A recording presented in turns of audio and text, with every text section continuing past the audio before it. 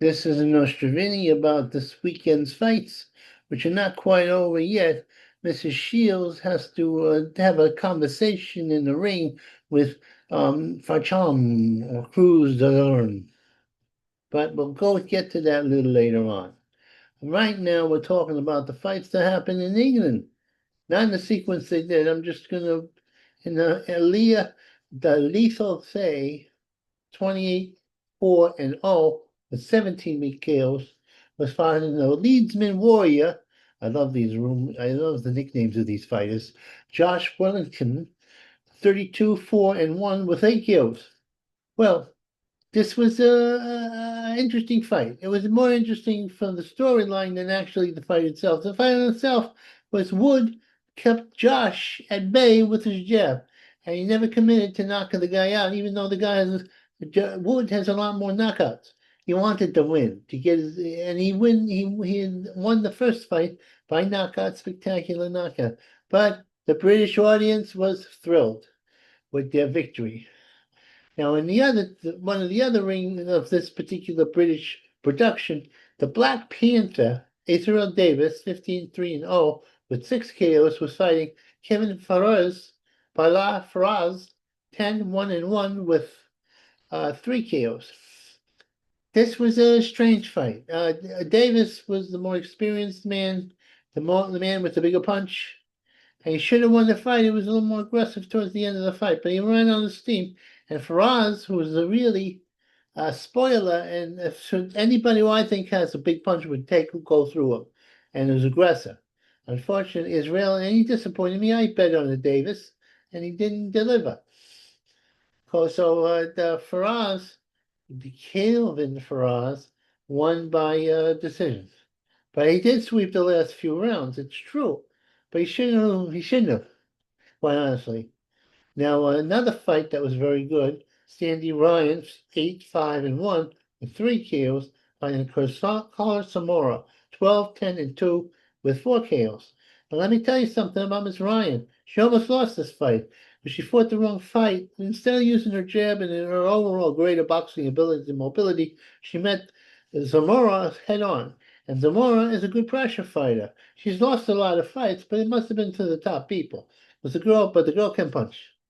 So you had, and Sandy can punch. And so Sandy should have knocked this girl out, but she didn't.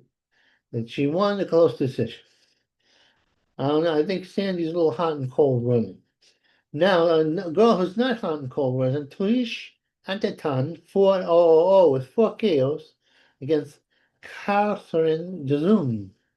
Well, Terrell Atan is 19 years old, a colleen of great power, or Irish. I don't know what nationality, ethnic nationality she is, but it might be Irish, it might be Welsh.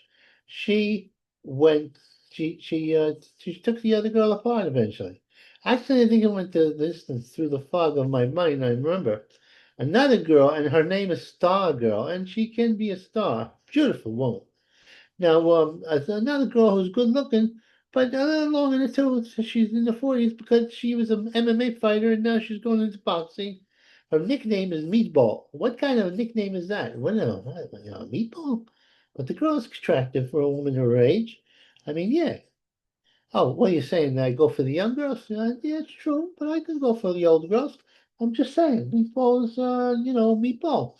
Then another fight that they had, it was Dave Allen, 24-8-2 against Kevin Barad, Jim 12-10 and with 13 3 KOs, only 3 KOs.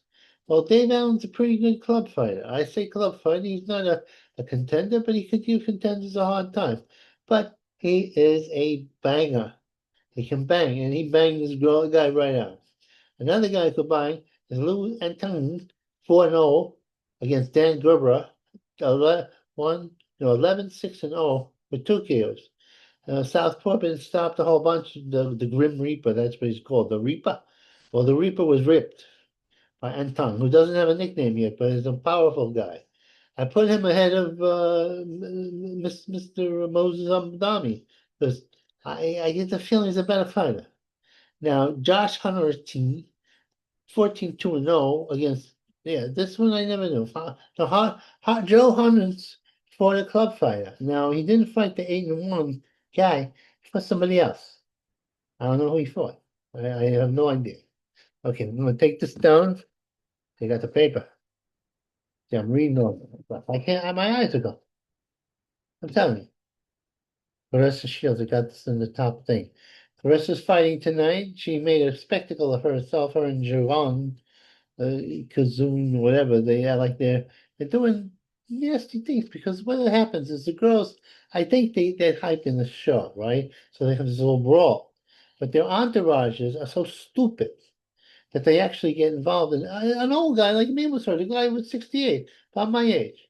Hey, because these young punks are fighting among themselves like crazy people. Muhammad Ali never did this, and he did. It was Gorgeous George. It was all done with tongue in cheek. The man had tongue in cheek. Nobody was brawling with each other, threatening to pull out knives. Uh, Shields, you're supposed to represent. Ah, yeah, yeah. Now let's see. No, Moros Pararos, 29 2-2 with 18 kills against King Ray, and they usually call it Little Aztec, by the way, Burroughs, comes out in an Aztec outfit. He's fighting Ryan Garcia, 24-2 with 20 KOs. Brian did a job on Garcia, on not Garcia, Barrios. He outboxed him in every way. All that Barrios had on keep him calling he mixes might get mixed up with him with Garcia was size, but he that just made him a bigger target for the body hands, left hooks, and body shots of Garcia. Now let's see. One of the best fights of that night, and I think the guy was robbed. The Blade, Andy Harke, 24-0 with 19 kills. A man whose mom is he's a mixed breed. He's half black and half Japanese, and has the fierceness of both people. He was fighting Richard, Gary, and Tom Russell, 18-1-0 with 7 kills. This was a battle of the pressure fighters. Eventually, the Japanese guy hit to the body like I've never seen a guy hit to the body before, bending the guy over. He won the fight. It was a great fight. Oh, I'm running out of it. But Andy lost. Andy lost. Let me tell you. Well, Andy, Russell, Andy lost. He should have gotten the nod, but he didn't. Because he did hit a few low blows and they took the points away from him. Not right. I mean, he didn't do it on purpose. It wasn't the intentional fouls. And anyway, I'm sad that the Billy didn't cut it this time, but he will in the future. There's a lot going against him. Now, Richard Africa Hutchinson against Limmering Oscar Durante. Now, I can't even say 20-0 with 8 kilos against 32-0 with 23 kilos. I think Oscar would have gotten him. That's why I think Mr. Hutchinson came out of the fight because he knew he was going to lose. Oscar is a good Durante is a great pressure fighter. Now, the next fight is Martin, 35-5-0 and 14 KOs. The Ghost was fighting Wu Albright, 17-2-0 with 7 KOs. A matter of experience and talent. Nurul is a good fighter, and I don't doubt that. But he was outclassed. He was beat. Romanov Magliarizura, 16-1-0 with 10 KOs against Zena Askarba, 29-4-0 with 23 KOs. Now, this was an African fighter from Ghana. He had muscles on his muscles, and he's fighting this Uzbekistan Asian guy, the Mongolian group. He's from Ikpikadabu. You can't pronounce it. Any place we can't pronounce it. There's some in that direction. It's part of the old Soviet Union before. Now, it almost went the distance, but the African guy finally subscribed to the power punches of the Mongolians. Now, let's see who else is here. Milan Verkadov, 11-3-2, 6 KOs against Christian Ferjan Luis, 13-4-0 with 8 KOs. Yeah, this was a good fight. This was another war.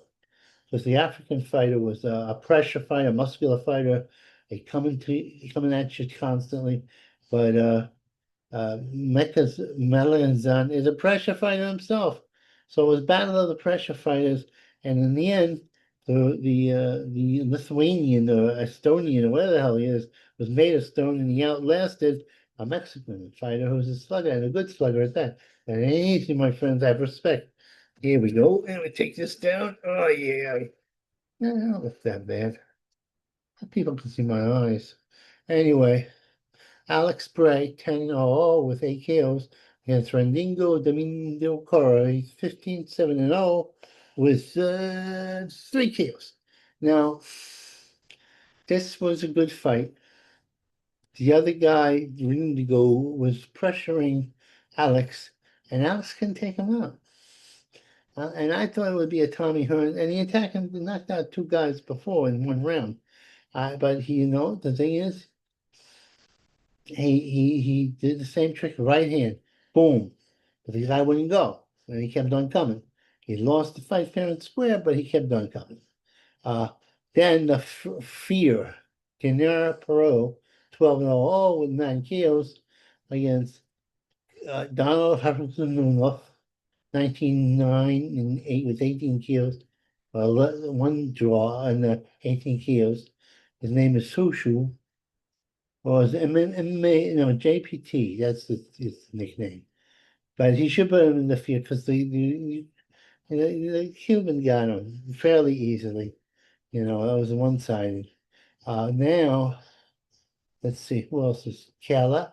That's the Gabriel Tellez is a good boxer, and she has 6 victories, and her sister, if I'm not mistaken, is the same. She's tiny little things, but they can box and they can punch, and they got good training.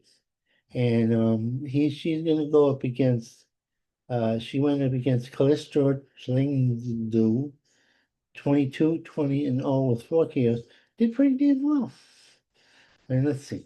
I'm trying to look at myself. They love me so much. And let's see.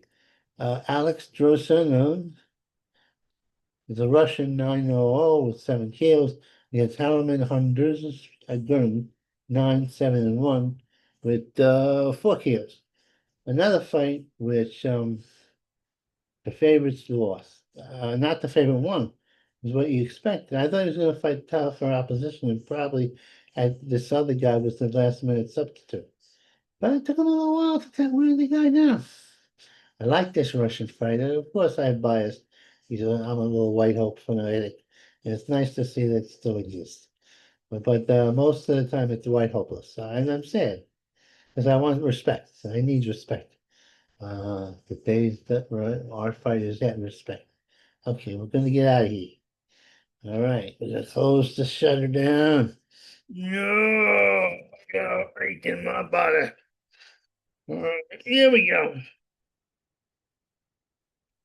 Oh, a cry, a beat of a drum, a bum bum bum bum bum bum bum.